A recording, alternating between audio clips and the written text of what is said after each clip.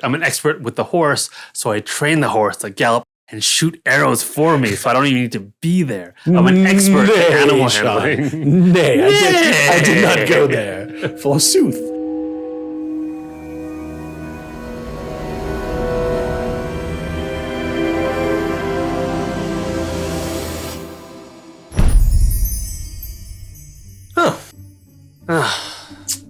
We're doing this again. Are we still doing this? Somebody has got to like this. Jeez. I don't know who you are. Can we just stop, like, being DJ Khaled? Another. Can we? You guys don't know what this is doing to my family. It's. Oh, that's terrible. But if we're back today, that means you guys are still watching. Yeah. Still listening. Still smelling? They have 5 senses, I think. I'm gonna go with they have 5 senses. I don't know. We just get brought here. So if they've got magic to hear and see us in this room without cameras, then they might be able to smell us. Maybe. Taste. Anyways. All right. Well, if we're not gonna stop, then let's keep going. All right. Today's note says, "Attention, read out loud exactly what is written on this note or be destroyed and replaced." Welcome to Caffeine and Cantrips, the show where we talk about D&D or else. Hello, I'm Sean, number 163B. I'm no A. And? I'm Byron X over 0. I'm a fraction? You technically don't exist, I think. But this week, these impertinent, gut-griping Skainesmates, what even is a Skainesmate, will be making it rain, eating it raw, and breaking hearts by the dozen.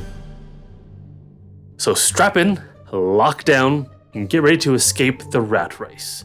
Today, we're discussing what it means to be a winner, the expert way.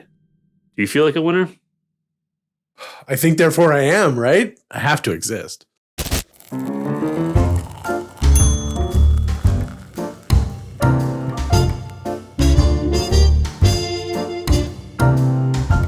McFly. Hey guys, welcome to Caffeine and Cantrips. We're so happy that you're here with us. So happy to be here. So happy.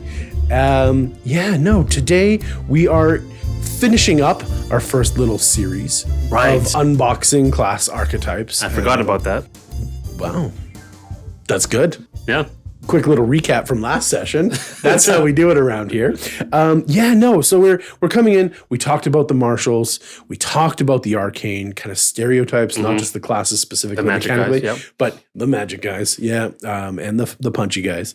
But today we're venturing into a little bit of a choppy water, I think. Today we're going into number 3, making it a triangle.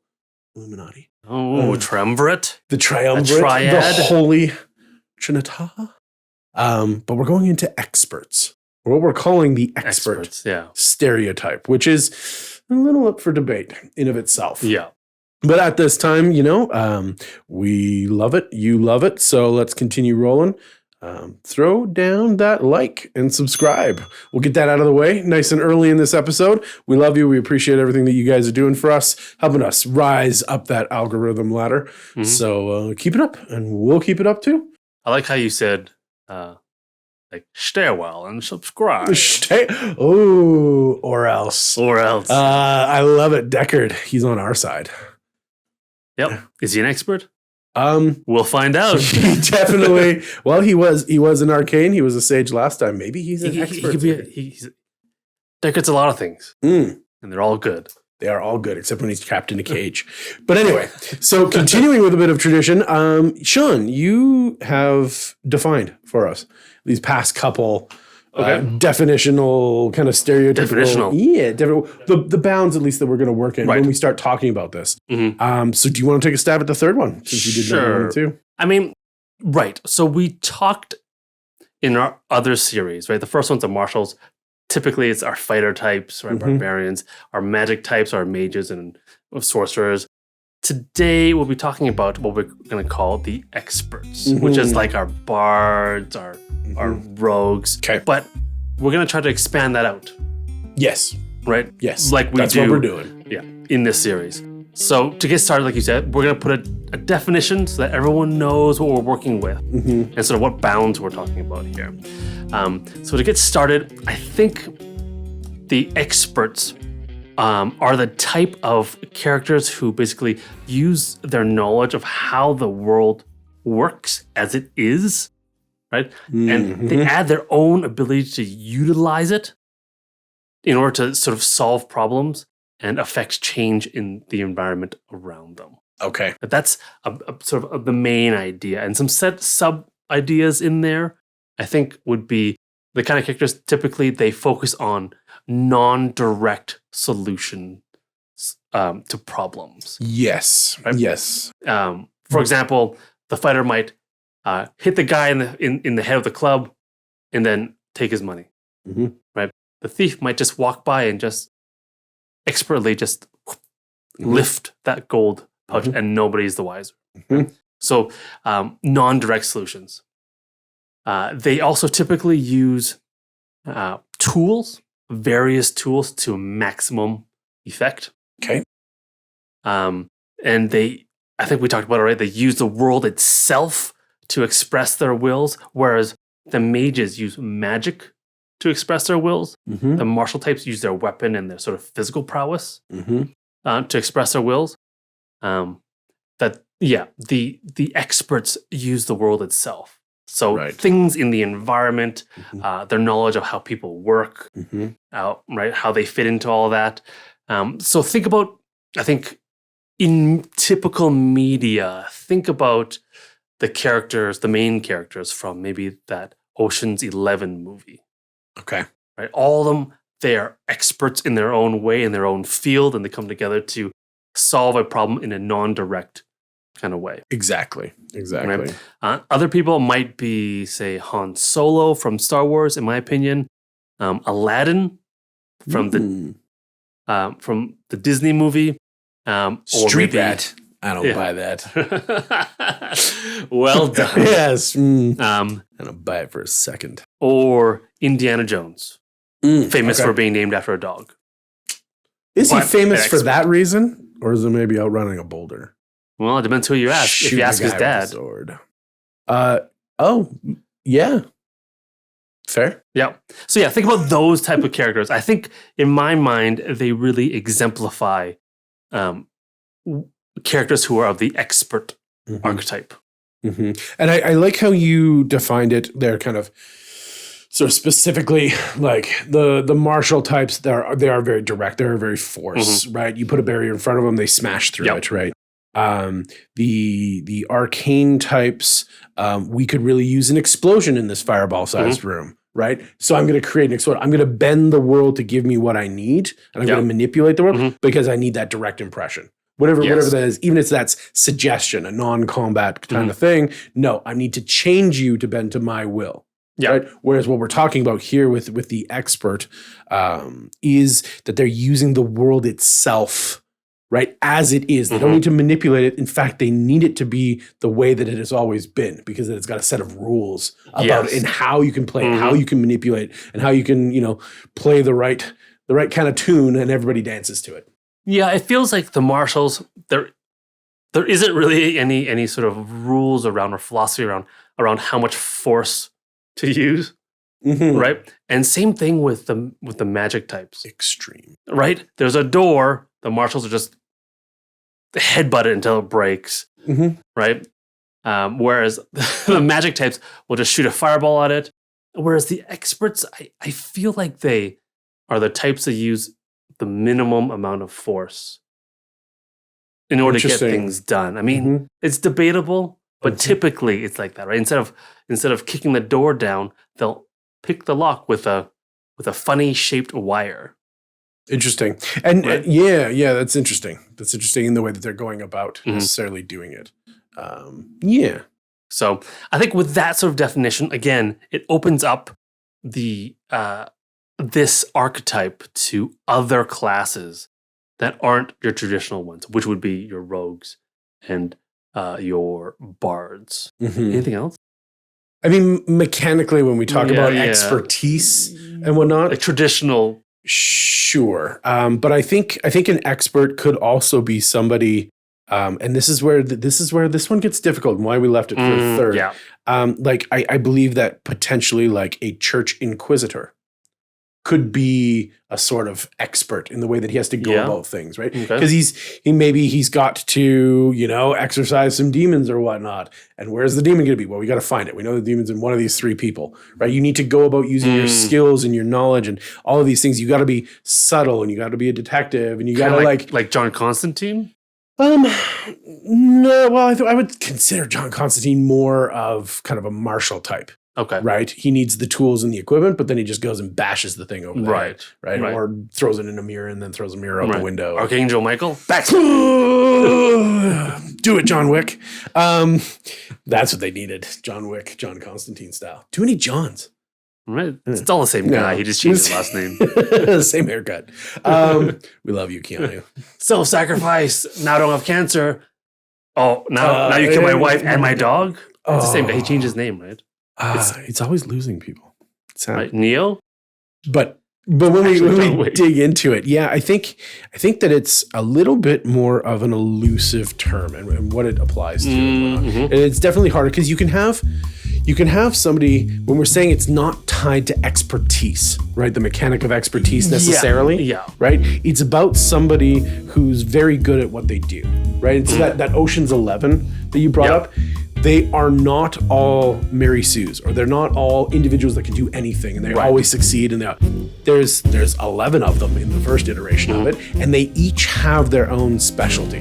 Right? And they all bring those specific tools to the game to then make a complete plan happen. Right? Because the plan itself is greater than any one of them could execute. Right? And it's designed that way to have fun and have hijinks and have mystery and have twists and whatnot, but without the individual stories in how each of those characters maximizes their impact on the world as it is. Okay. Right? For instance, a great example, the little guy who I can't remember who he's played by. The acrobat guy? The acrobat, right? Is very small, so we know that we can fit him into the thing. He's a small guy, so we know that he has advantage. He can't necessarily reach the top shelf, but he knows how to parkour up there to get it anyway, right? So that's his job. That's his job is being flexible, and that's his expertise, right? So he knows that I can't reach without a ladder, so I need to learn how to climb. Right. Great. So now I know the rules of climbing. Right? Awesome. I can get the cookie jar on top of the fridge.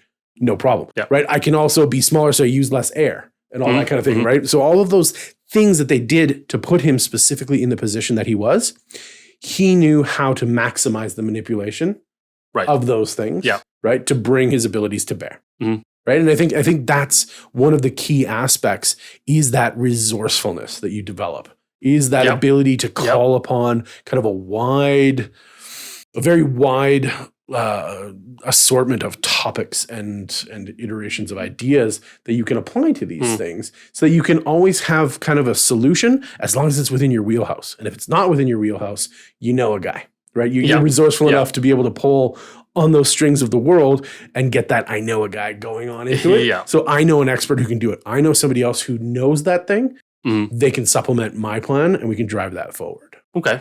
Yeah, so I really like kind of how you've put it, but it is an elusive one because when we talk about an expert, like is a wizard an expert spellcaster? Right. Is like a sage, a guy who just does research? Is he an expert in whatever he studies? Like is that the type of character that we're talking about? It doesn't feel like it is. The librarian who just never leaves the library, but he's experts. Yeah. Knowledge and all this stuff. He might be one of the tools, right, that the expert can utilize because they're strong in that field, and so the expert doesn't have to be. But once again, they know how to play on the environment and the things around them to maximize their effect, right? That sage can be used to maximum effect when you go to him because he's a specialist of astrology, right? And you need to know how the stars work for your next thing because when the next eclipse is when you got to go in and get the gem off the altar. It feels like it's not exactly what they're expert at. It's something to do with what they do with that expertise that makes them this archetype. Yeah. And it's that second layer behind it that really, really is camouflaging what an expert stereotype is, right? And what it looks like when you're dealing with these types of characters, or when you're trying to make one.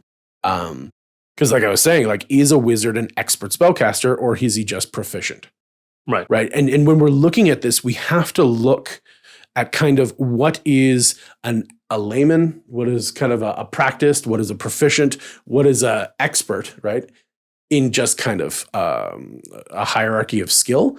But then, are you an expert if you don't utilize that to give you an advantage? Right? Like, are you weaponizing your kind of non-combat skills into a battlefield that lives in your mind? Right. And are you wheeling and dealing? Are you kind of making that plan happen? And I think that's part of the thing that starts to separate experts from regular people. Is the people who maybe don't weaponize, but they use their skills for precise means to develop precise outcomes. It's interesting because when you think about it, they don't. A character doesn't even need to be particularly good at something to be considered an expert, quote unquote expert, right? No. Like, you could be a pickpocket that lies to get out of it when they get caught, and you're considered in this archetype, even though you're a horrible pickpocket and you're not great at lying. But that character would be in the archetype because of what they do. Sure, almost. It's and weird. I mean, in that weird kind of a scenario, you could move one of the beat cops or one of the guards over to your side because they get half. So you purposely get caught. So that's your escape plan. You know that you can pay half your take to this guard, and then he lets you go. Or I guess every expert character needs to start somewhere too. It's true. No. It's true. But I think it's important that we separate expertise as a thing. Like, before, we've separated, martials. We had classes that were typically magic users, descripted as martials, in the way that they deal with the world. This is, and I think this is one of the big key points, is that the expert uses the world around them as it is to then manipulate it and use that big storytelling device that we have, the world, to kind of fold in on itself and become the thing that carries you over the finish line. It's funny, now that I think about it. They use the world as it is, but not, I'll talk about this later, I think, but not necessarily as it is either. No, you see the potential, right? You see that extra thing. Yeah. No, it's a pair of sunglasses. No, it's a way to start a fire. I just need to leave it at the right spot on the windowsill. Or to disguise. It'll let me sneak past. Yeah. Well, yeah. It's the potential beyond, and that's why there's this layering that we're talking about. It's like the potential beyond the obvious. Correct. It feels like. Yes. Yeah. So I think, like I said, that you really have to decide who those people are, because this is about using those skills specifically for outcomes. These are people who are generally motivated to seek solutions to goals, right? And probably they put those plans into action, right? So that they can live their life the way that they want to, right? And how they want to, right? Why toil in the fields when I can just steal a couple coins out of the church thing every week and nobody knows, right? And that's my. Why work in the fields when I just pretend to be a priest? There you go. People just give me money. Alms for the poor. I'll just put on the right clothes, say the right words. Free money. What? And this is why I think maybe a word of caution then perhaps is, like, every character is going to feel like an expert at something, right? Yeah. Like the term "don't shoot the monk," or sorry, "shoot the monk," right? The monk. Don't shoot the monk. No, shoot the monk. Yeah, no, shoot the monk. We talked about that before. The monkey's good at deflecting missiles. So you want the character to feel powerful. So you shoot some missiles at them so that they can bat them out of the way and feel awesome. Okay, great. So we want, and every character not every character, but most characters, especially optimized characters. Optimized. Whoa. I'm Optimized Prime. You need to kind of get in there and understand that while they are putting forth these things, they're not really using them as an expert would use them. They're using them as, like, a marshal is an expert at putting people in the graves. But they're not what we're talking about when we're talking about this stereotype. Yeah. So we understand that as you go through mechanical levels, as your character grows in strength, whether you're milestone or, XP based, it doesn't matter. They're going to become more powerful, but that doesn't mean that they're necessarily an expert in the way that we're talking about it. Right. Right? Right. And that's that double layer Mhm. that we're referencing. It's another kind of power. It is. It's like a soft power, yeah. kind of, but it's power nonetheless. Right. Right. Yeah, absolutely. It's interesting. It's like you said. It's I gain my power not directly, but through these sort of skills, various skills, in the way I sort of use them in the world around Right. them, right? Yeah, and their potential, right? Yeah. Like and going beyond. It's really about going beyond. Right, beyond Yeah. the potential, beyond Yeah. what is at first seen. What is the first? Yeah, face value. Right. Yeah.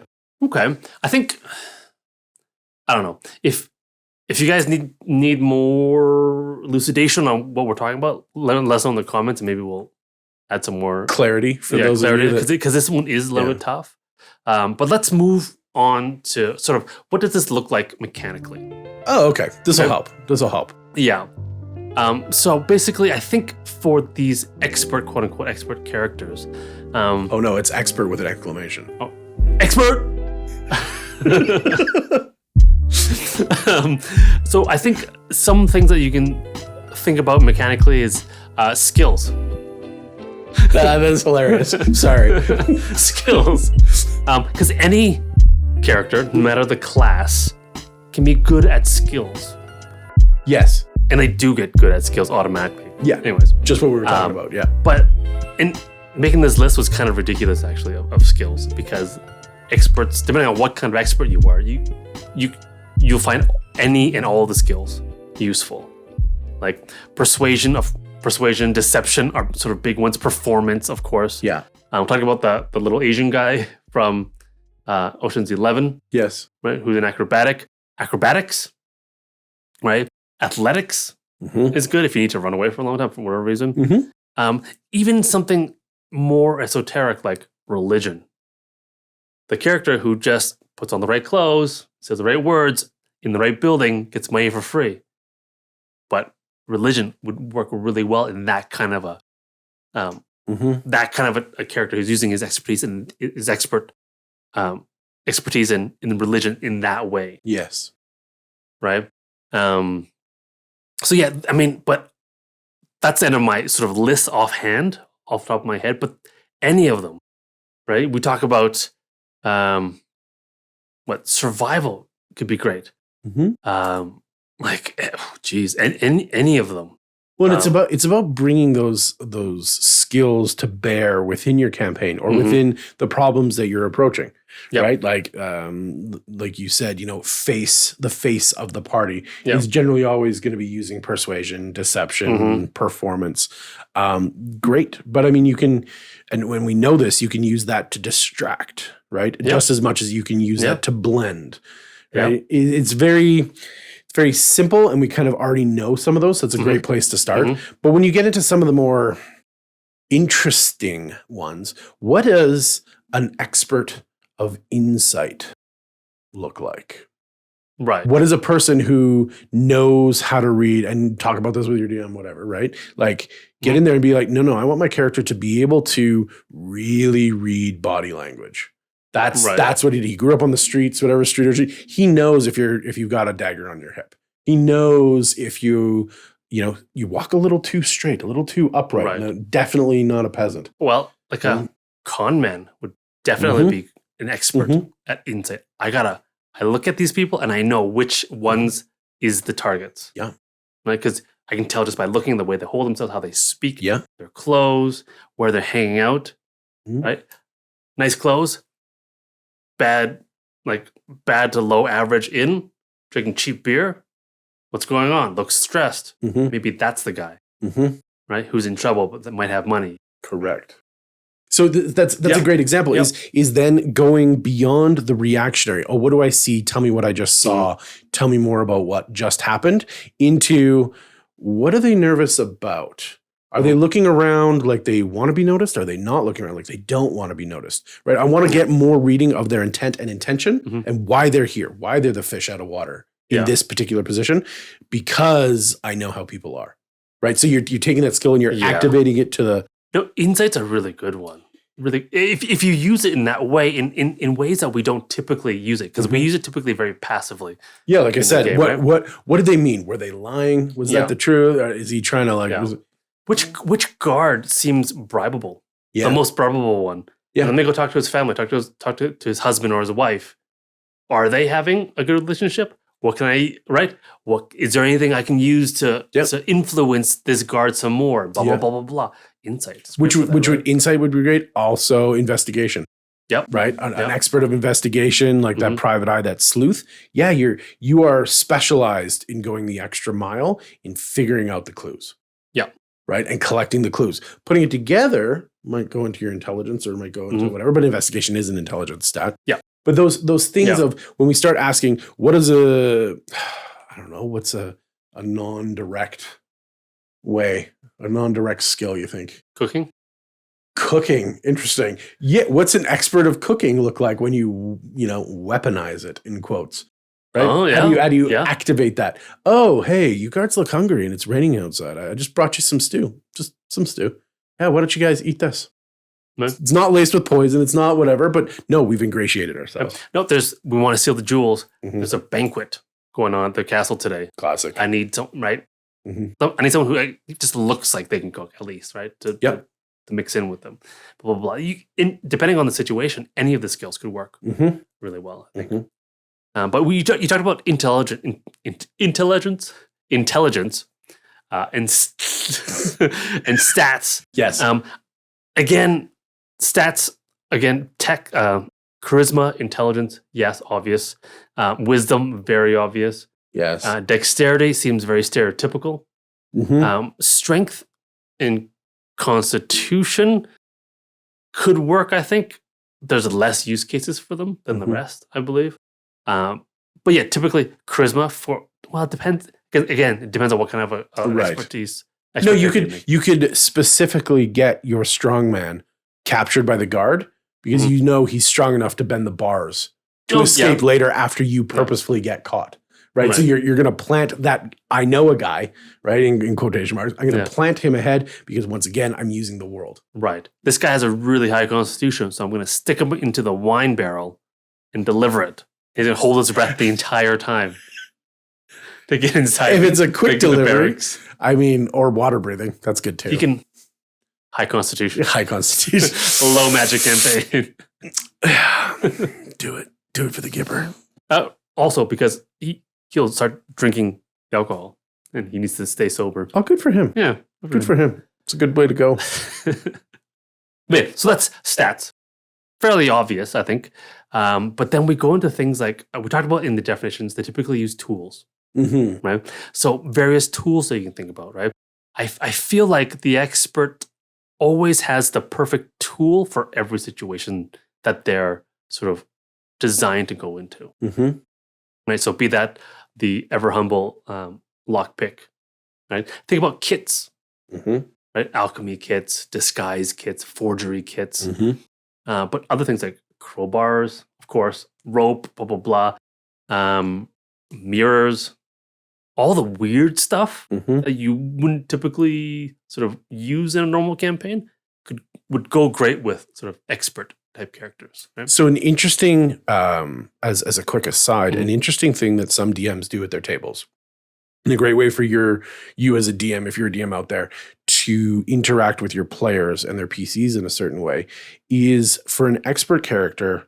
I've seen DMs offer the kind of any tool, anytime homebrew. So up to a certain gold value, right? When you're out on mission, you can kind of say like maybe once per episode, once per kind of heist that you're doing, whatever it is, that you can reach into your bag and retroactively have bought the tool if it's under a certain value, because you knew that you might need it, right? And so you come up to this problem. Rule. You don't have the crowbar, let's say, right, to pry this thing. But it's like my favorite tool. You know what? Yeah. The last time we were in a market, I actually picked one up. Just because we might need it. You subtract the gold value from it like you bought it, bam, you've got it. Why? Because your character forethought Right. The player, not so much. Well, because the players we're not experts necessarily. Right? And so the expert character should get that sort of information coming in. Mm. So having that ability to just be really kind of loosey-goosey, but also this is a shoot the monk moment, right? The expert has a tool for any given situation. Well, let's let that happen, even when the player fails the character. Right. That's actually really cool. So maybe if you have somebody who wants to play kind of this expert person, this cat burglar who's always prepared, the Boy Scout, right? Who's always has every survival trick in the book, right? Russell from Up. Is he an expert?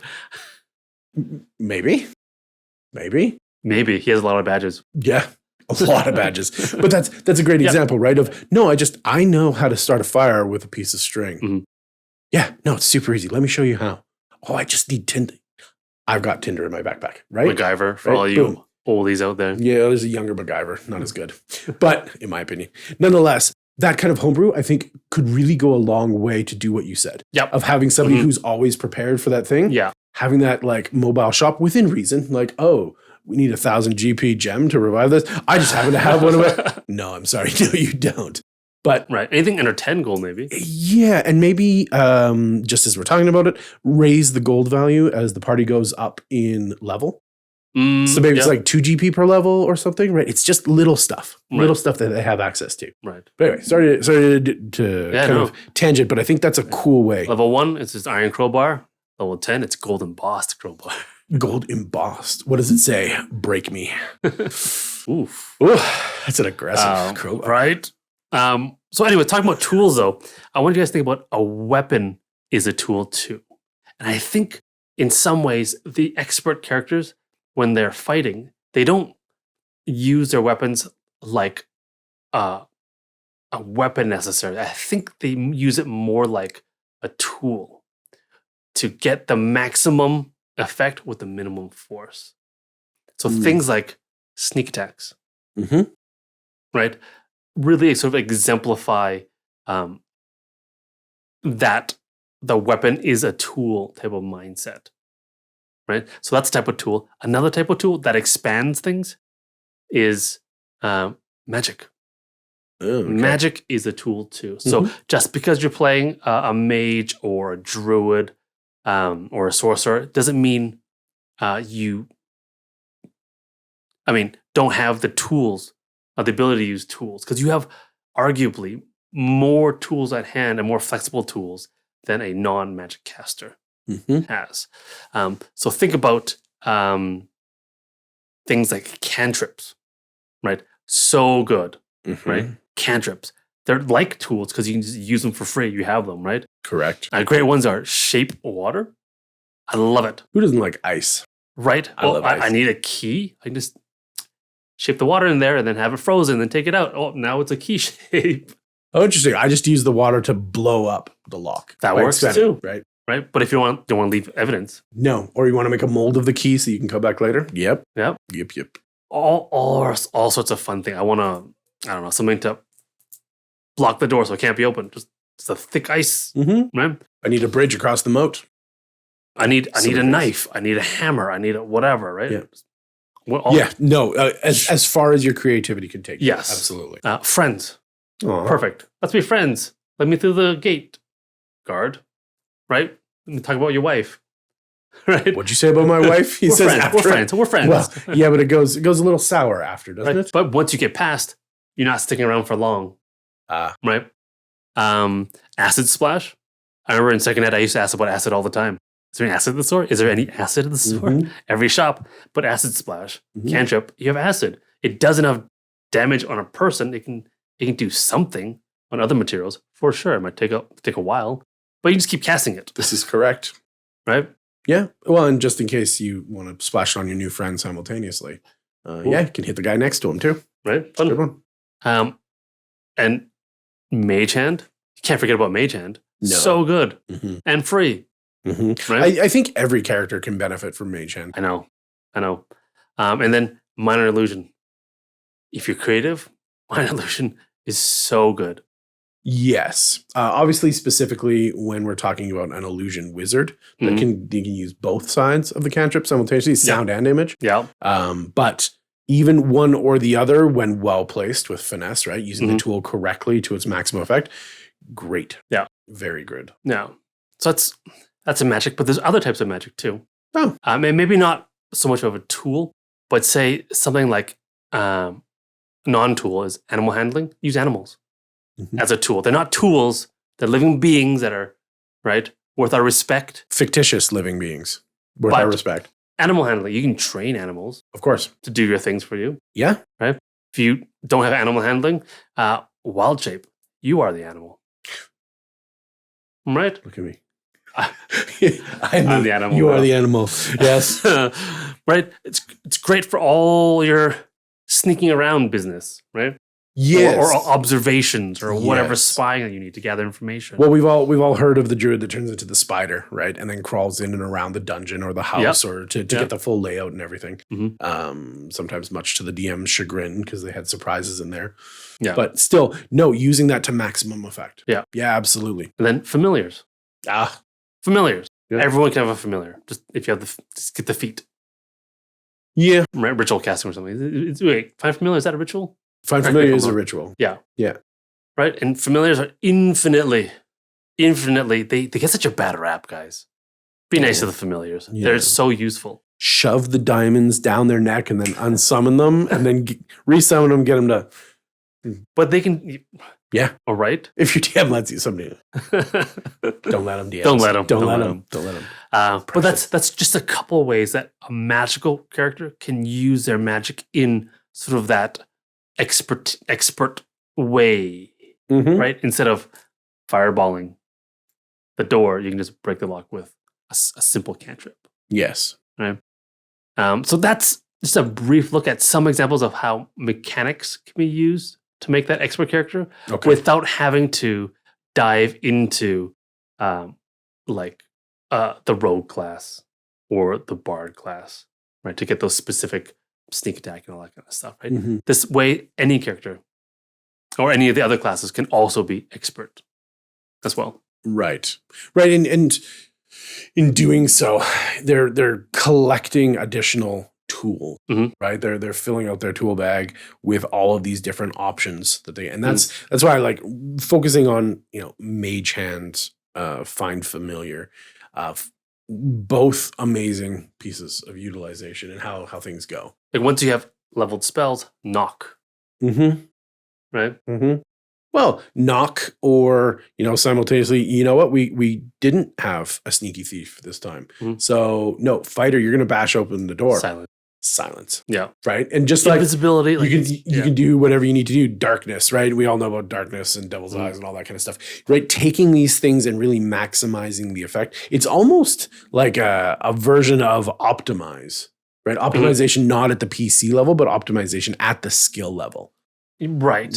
Again, it's not, it's how they use the spell. It's like the philosophy behind how you use your tools that makes you an expert character.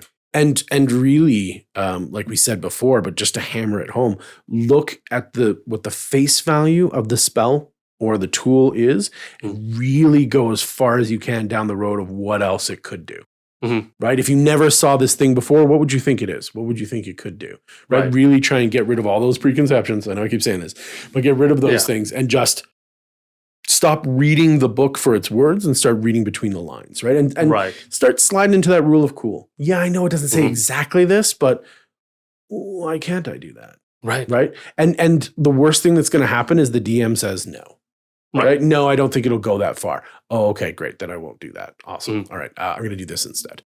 Right? And do try and push the lines though. Yeah. Right? Because then you're involved more. You're active more. Yeah. I mean, speaking of thinking like an expert though, and like sort of seeing the possibilities behind different tools, right? Let's take the like and subscribe button, for example. Right? Think about it. It's not just promoting or indicating that you like our material or promoting our material, our contents for more people to see. It also creates discussion around D&D, right? And it helps to push everything and enrich the community. And in the end, it'll change the face of D&D. Yeah. Just by liking and subscribing, hitting the bell button and following or wherever, right? Yes. So think about that as you go to click those 2 buttons. Right? Yeah, no, we're hoping to have a Be an few more. expert. Yeah, have a few more than Ocean's 11. We would like Ocean's 100,000, and we want you to be a part of it. So Yeah. let's go. Let's get us there. Yeah, that's a really great idea. I like what you're presenting there in the idea of how to, like you said, or I said, but the optimization at the skill level and what can we do to promote that. And I think when we talk about getting creative with these things, I think that there is, for those that are up to it, a kind of a real life investment that we could look at just to add to our experience at the table. Real life? Real In my D&D? Taxes too. Yeah, no. So we have to. Great. Well, maybe. Give or take. Let us know, right? This is what the comment section is for. And if you disagree, please come at me, bro. Because I want to talk to you. Come at me. Yeah. No, but in this case, like jumping back to animal handling, right? What can you do as a rider on a horse? Right? A lot of things. A lot of things. And if you don't know what that is, right? Say you've got a cavalier, right? You're playing a martial type. Okay, great. But you want him to truly feel like an expert on the horse. More than it just says, yes, they are a master of riding the horse. Okay, what does that actually mean? Let's go beyond the words. No, I know that people have hung off the side of horses while they're running at a full gallop and shot a bow underneath their neck while not being able to receive return fire because they're on the side of the horse, right? Yeah. Like, oh, so wait, hold on. You want to grant yourself full obscurement, right? To make yourself harder to hit, and you want to be at a full gallop, and you still want to get your attack? Yes, I do, because I'm an expert. That didn't go where I thought it was going to. Like, I'm an expert with the horse, so I train the horse to gallop and shoot arrows for me, so I don't even need to be there. I'm an expert at animal handling. Nay, I did not go there. Forsooth. No, but that We should have. Right, I think we all should.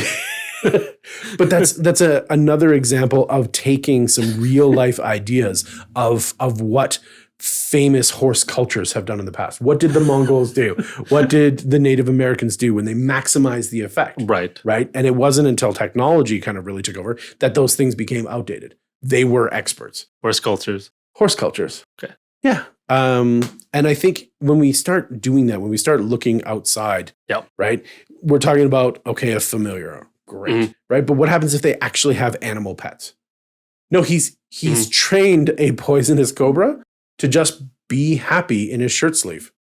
Right. Right. And just to live there and to be super comfortable and cozy and everything's fine. And then it knows when he does the flick or whatever that it's coming out fangs bared. Right. Surprise. Snake. He trained a monkey to do the pickpocketing for him. Sure. He just distracts. He distracts. Yeah. And maybe he's trained a whole troop of monkeys, right? Like in the old even better. Old style, the accordion kind of guys, whatever it is. But we've now, or maybe he just trained a bunch of people to come to the building when he wears the right clothes and says the right words to give him money. Sure. Like a priest. Like back on that one. Yeah, no, absolutely. That would be that whole kind of performance. Animal handling, right? No. Cool. But thanks for the segue. Nonetheless, it's an interesting way when we can go and we can spend a little bit of time, not necessarily thinking about the game or the story that you're trying to write, but also to enrich it in a kind of transitive property way, right? And using things that are awesome and amazing in the real world. Right? Humans are great reels on TikTok or whatever it is. Yeah, the guy did just like 40 handsprings, back-to-back handsprings. That's cool. Wait, I'm an expert acrobatic. I could kind of do that too, right? Like that would be hard for me to do this or to do that. Yeah, maybe there is a time and a moment for that to come up in your campaign. So go in and see what people can do, because awesome things that people can do, your D&D character can do. Yeah. Right? And better probably. Or better. Yeah. Right? Or better. Like look at Olympic level people, see what they can do. Yes, your D&D character is generally that good. Right. Right? Yeah. So don't be afraid to really push the boundaries of what it is out there. If somebody else can do it, they can do it. So that information's out there for you to grab, and just, it's a great way to enrich, right? And that adds to your narrative experience because you can narrate those things as well. Yes. And really show the other people around you, yes, my character is an expert at this. Add Watch a little me. bit of that Watch me expertise to go. yourself so you Yes. can transfer it. Yeah. Like authenticity, right? The authenticity is Yeah. correct. Yes. Yeah. Right. Because we talked about before, you can only write what you know, what's a part of you. Yep. So if we increase our knowledge, we increase our character's knowledge in just that way that they can interact. And I think that's a cool way. I think that's a cool way of adding to your experience. And it doesn't necessarily need to be a huge investment, but it is an investment. So use After that. this video, 25% of D&D players learn to pick locks. It's super easy, apparently. Yeah. Just Lots of YouTubes out there. Just roll a dice, and if you get high enough. Bam. And I mean, kind of going beyond that understanding, you know, when we start talking about what it is that our PC is an expert at, I think that can also really inform a lot of their likes and their dislikes, specifically their likes. Okay. Right. Yep. And, Yeah. and so Yeah. yeah. Okay. So let's go stereotypical. Let's go super stereotypical, high level, right? The guy who's an expert at picking locks. Mhm. Okay, great. So sleight of hand. So he's always flipping a coin. He's always spinning the glass balls in his hand, right? He's always exhibiting without necessarily doing, but he's always in a training mentality. Right. He's always doing something that is mildly to very difficult with dexterity or whatnot, but it's focused on him. He's always got a deck of cards in his hand that he's shuffling or he's cutting or whatnot. He's cutting it with one hand. He's doing all that kind of stuff. And use those things to further emphasize why your character isn't just good. He's an expert at this, right? Really feed that show, don't tell and that double layering and bring that back layer to the front just to kind of almost to show off a little bit. And maybe your character is a little bit cocky, right? Because they're so good at whatever it is. Whenever that comes up, they go, whoa, whoa, whoa, whoa, whoa. They push everybody back. They come to the front of the group and they're like, it's my time to shine. Right? Right. Well, it is. It absolutely is your time to shine. You are an expert at this. You should be doing it. But taking hold of that, right? Really leaning into the things that you're good at and really promoting yourself to do those things, I think is really, really kind of awesome. And a way to show. Yeah. Yeah. Yeah.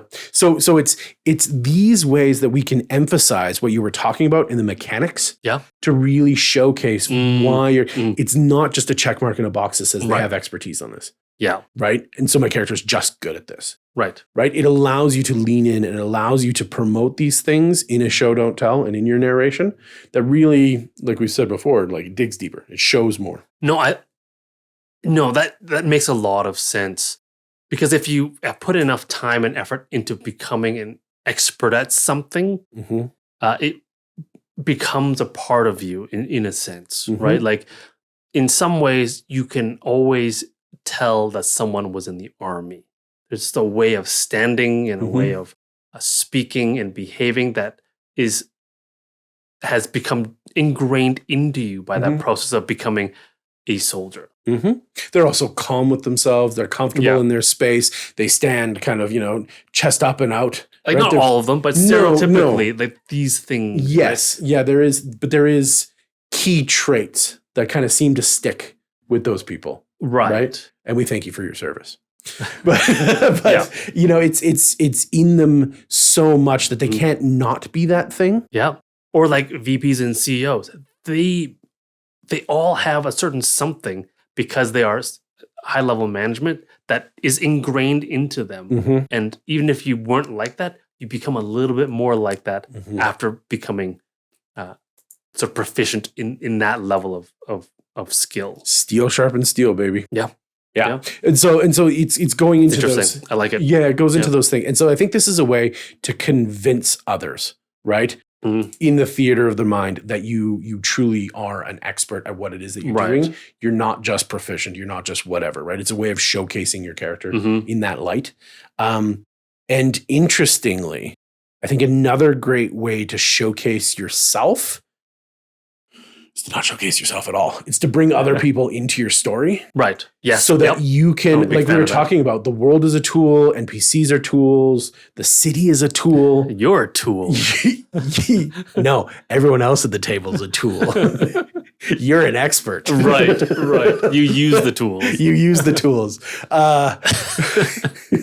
Yeah. It's a certain philosophy that all experts have. Oh, it's super, super fun. But I think that once again, when you sharing is caring, right? And so when you go forth and you go, okay, I know what I'm an expert at and I rock at this. Mm-hmm. There are times when I can throw the spotlight at somebody else in the party and show them to be awesome too.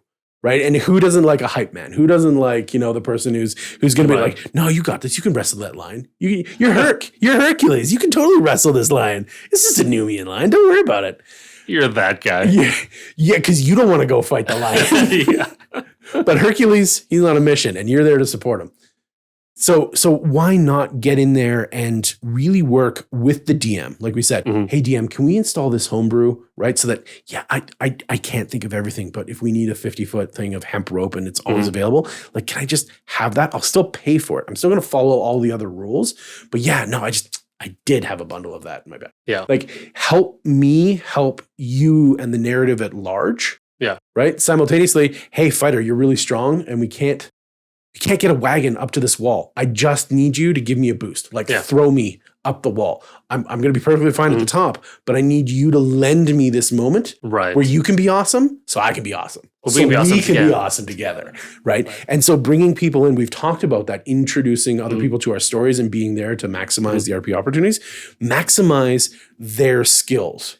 I mean, and Ocean's 11 is perfect for this, right? Exactly. They all have their moments that is essential for the heist, right? So that no character seems like a throwaway character, and they're all part of that show now. Correct. I like it. I like it a lot. That idea. And they even go so far as to kind of make it a jovial way of doing this as well. When they like tease Matt Damon's character, because he doesn't speak the language. Matt Damon. Sorry, Matt Damon. Sorry, Matt. But. It's a great role, and it's a way that they show that they were experts as he was trying to learn and he was trying to show and learn. He was trying to fake it until he made it. He was the new kid. He wasn't on the in yet. Yes. Right? So they trying to emulate. Sorry, that's the word I was looking. He was trying to emulate what they did because they're successful at it. Yeah. Right. So he was an expert in training. Yep. Right. Yeah. So do that. Bring them in. Have fun with them, make them shine, because at the end of the day, you can also turn around and be like, yeah, I knew you'd be awesome at that. Stick with me. We're going to do awesome things together, right? Create that party cohesion. Right. Include everybody. Make them a part of your story. Yeah. Yeah. And then, simultaneously, once you've done these things, right? I think you got to honor your decisions, right? Go back and say, I made sure that my guy was a master of riding horses. So I need to treat him like that. That's how he is, right? And go back and stand next to him. And you like this character for a reason, right? So stand behind your decisions. I think it's important to continue to build what it is that you're doing so you can further your expert's cause. Right. And I think that breaks down into kind of two parts. I think there's a character's part of honoring the past decisions, right? And I think we as players have to do some stuff with that as well. And I guess it kind of goes into mechanical sides of it, right? But it's kind of the character's, quote unquote, responsibility to make choices that further their ability to express themselves as experts. Right? I don't just use cooking tools. I took chef as a feat. Right. A horrible feat. But that's a great way. I don't just... No such thing as a horrible feat, Byron. There's no such thing as a horrible feat. Sorry, just Sean, to break that bubble. Just horrible people who take them. No, there are horrible feats. They are disastrous feats. But, simultaneously, let's look at a martial style feat like Crusher. Right? Oh, my rogue who's going to sap you, bludgeoning damage, comes up. Not only does he baff you across the back of the head and knock you unconscious, but also with the Crusher feat, he pushes you into the can or into the garbage pile next to it. Yeah. And now the body is hiding as well as being knocked out in one action. Yeah. Right? He is that good. Bam. And he didn't even stop.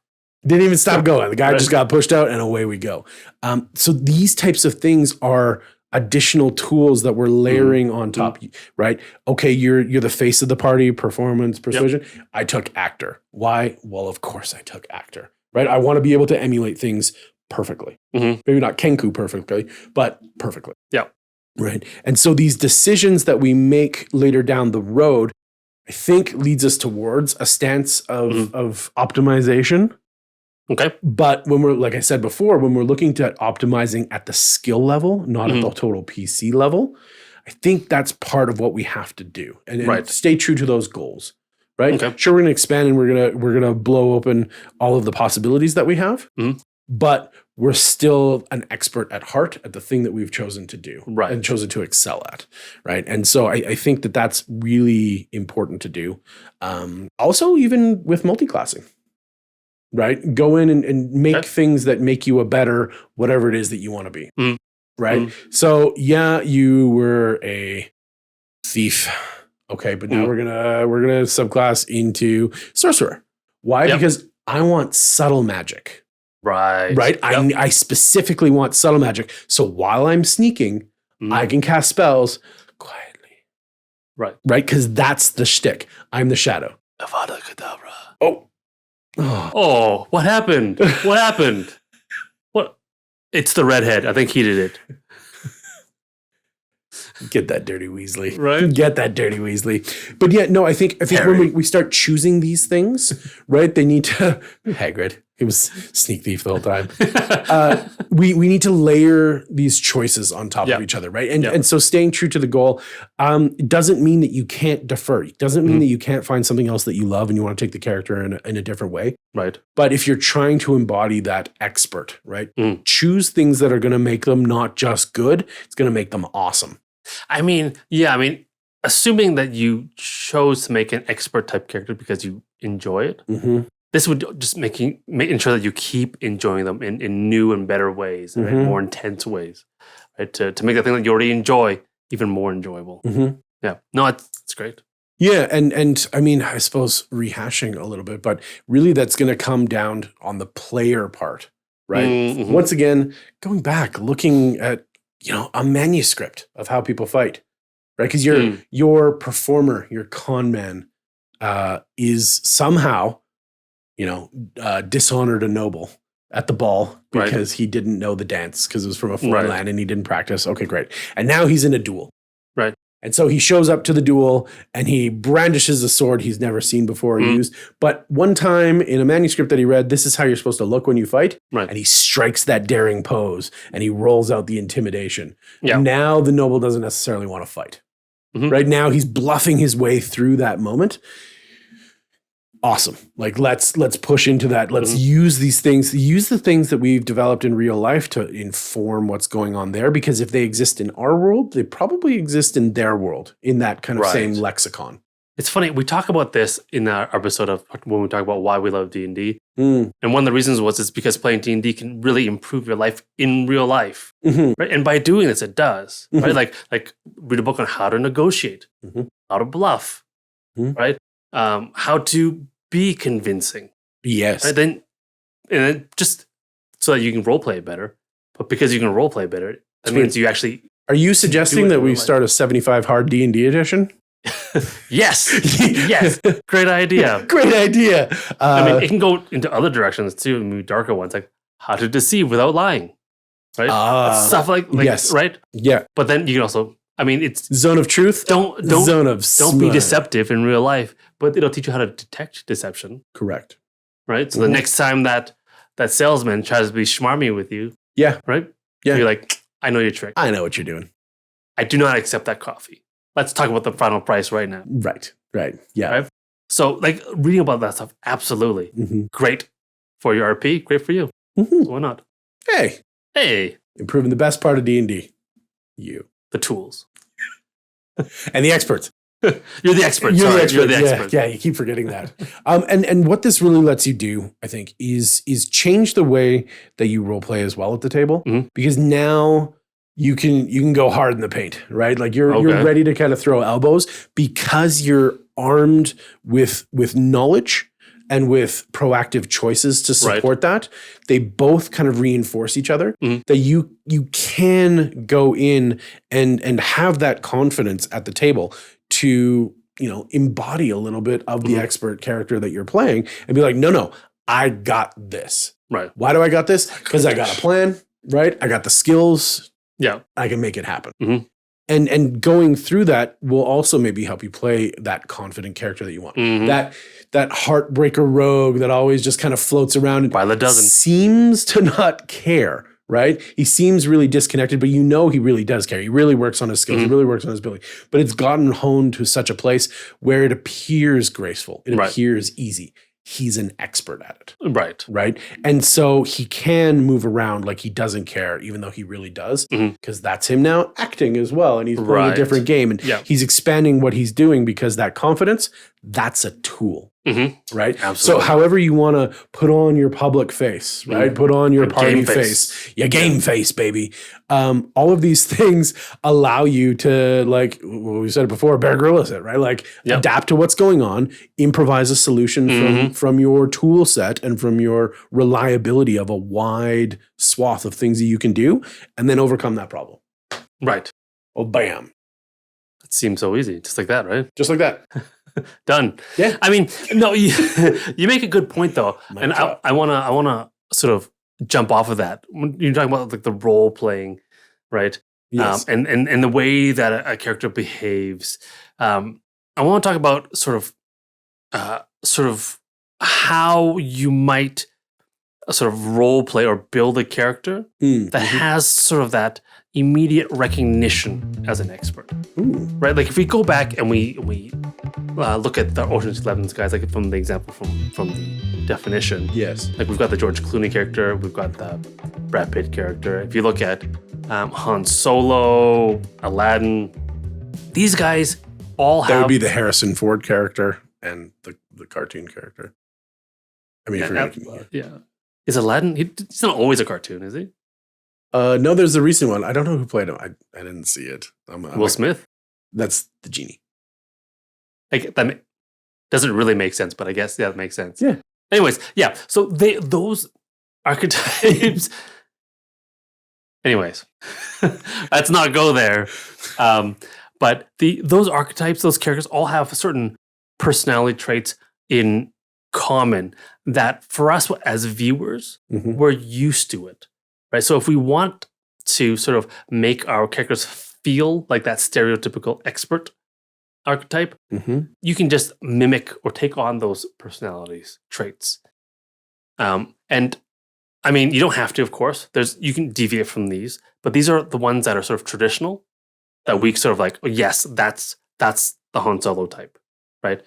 That's the George Clooney character in Ocean's 11. Right? So I guess the first one is they're often charming, right? Charming. They often portrayed as having this magnetic personality that attracts people to them. Yes. Even when they're not doing good things, even when they're doing up to no good, they're always confident and charming, right? They're witty and funny, and they're humorous, right? They typically have quick wit and a sense of humor, which goes with their quick wit. The one-liners, the quick repartees, right? Right. And despite real life badness, one character that I think was awesome at this was Frank Underwood, politician. You didn't watch this? Oh yes, House of Cards. Yes. House of Cards, right? Yeah.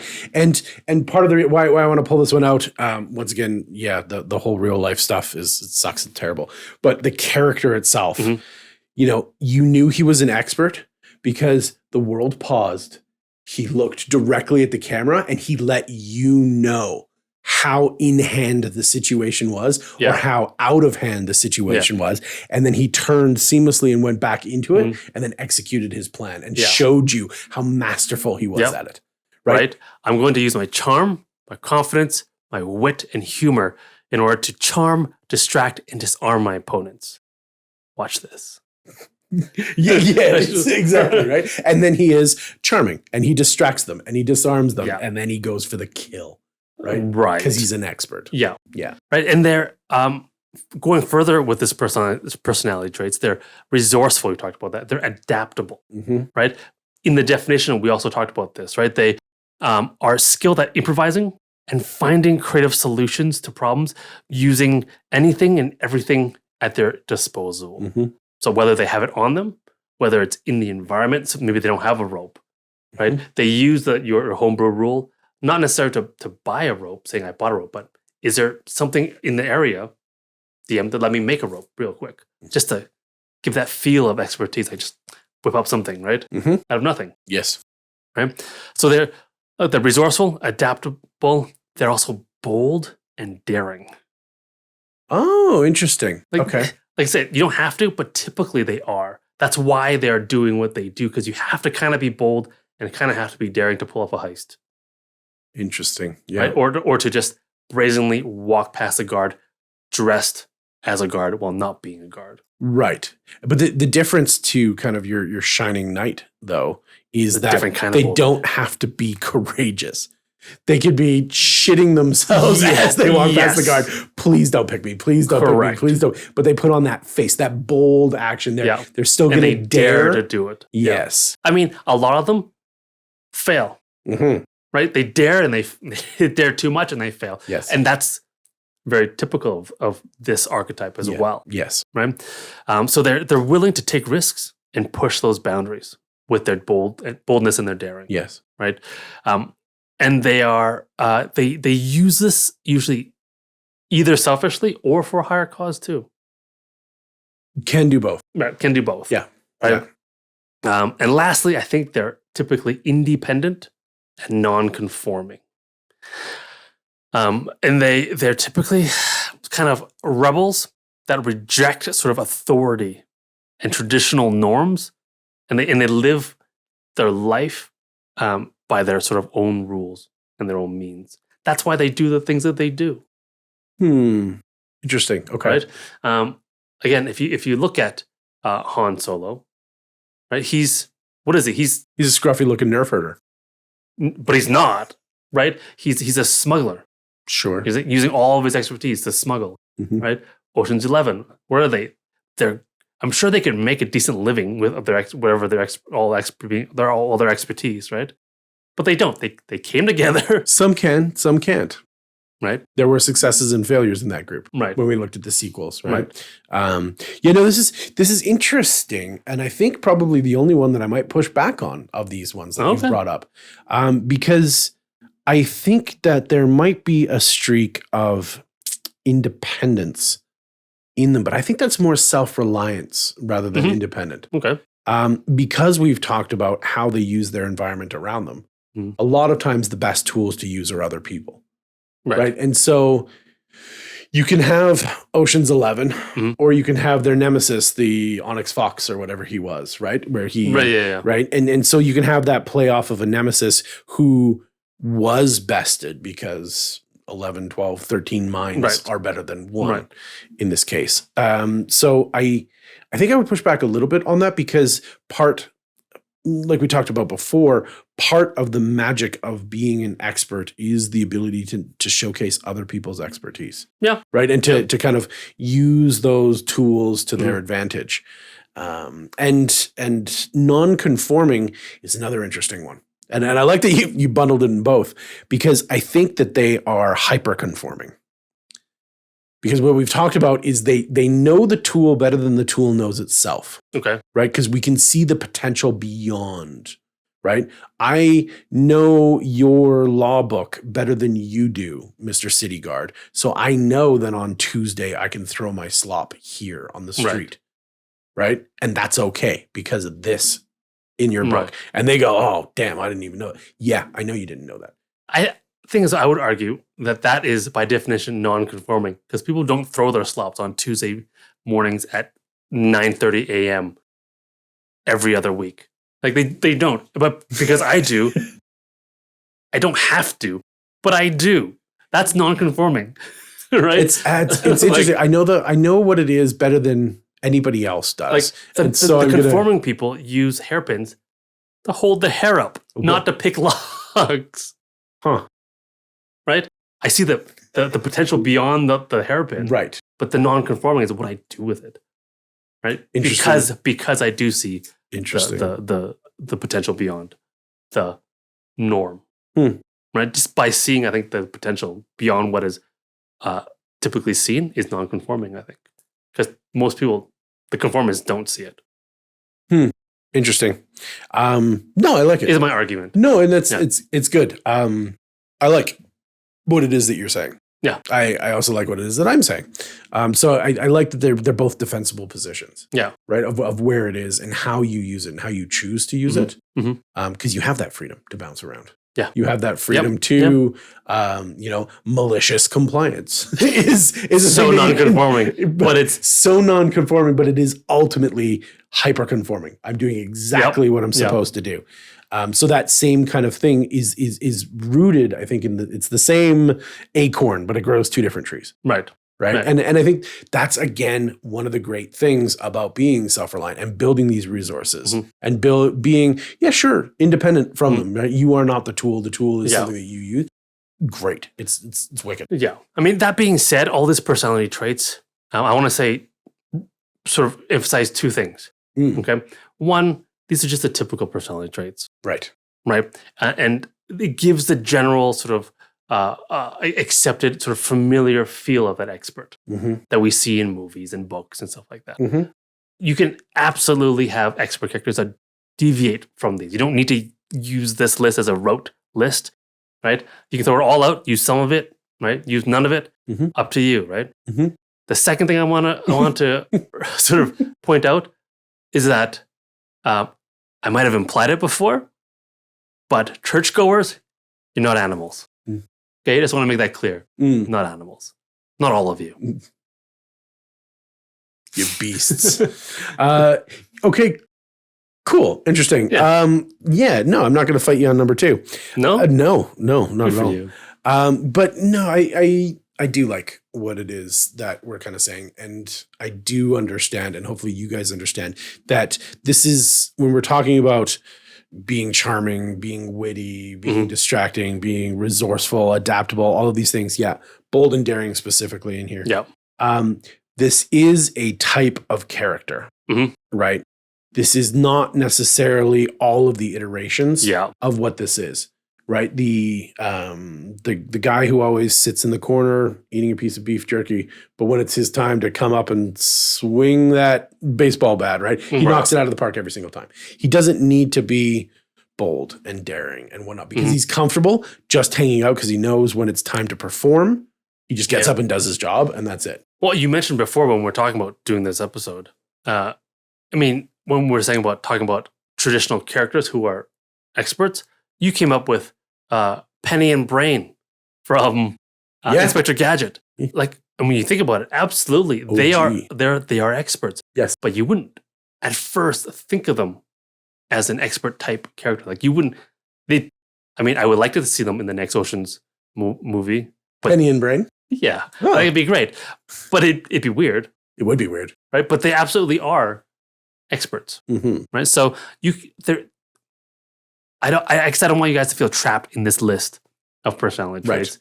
Like we said though, the expert is so elusive because it's sort of ephemeral and it fits into so many different categories. So if you guys out there have any other ideas about what makes this expert archetype what it is, let us know. Or any other, what's your favorite expert character that you know from media or your own characters? Go down in the comments and let us know about that. For sure. Yeah. And while you're at it, geez, come on, like and subscribe if you haven't yet. Don't geez, come on. Yeah. Let's smash that. That's Love right. it. Pumped Love it. Lick it up. Eat it raw. Chew it up. I don't even know where that came from. From our messed up minds. That's where apparently. It came from. But yeah, hopefully you guys, after this talk, have got a better idea of sort of what makes, or how to make an expert character, sort of without relying on the typical rogue and bard class structure. Right. Because this one, more than the others, as we try and keep emphasizing, is not as clear cut as being the martial character, being the arcane character, the magic character. This one hides everywhere. It does. Right? And like I said, it's below the surface. You have to get in there and bring it out and really choose to excel and choose to get in there and really find the potential within what you've created and bring it up to the next level. And you should do so with confidence. Yeah. Right. And panache. Panache. And that brings us to the end of our series. Right? We did it. Done. Yes. I always hit the microphone. So let us know what you think of the series, of how we've broken it apart. Is there a fourth archetype that we've missed? No. But maybe. The tool archetype. The tool. Hey, Sean, Byron. I've got just a bunch of tools at my table. Help me. I'm going to like your comment. I'm going to love it. And then we'll talk about it. And we'll get those people to be experts in their own right on the podium with you. Yeah. Wonderful. Well, I guess thanks for joining us for this episode. It was wonderful. I enjoyed doing the series. But I guess this has been Caffeine and Cantrips. I'm Sean. And I'm Byron. And tune in next time. Or else.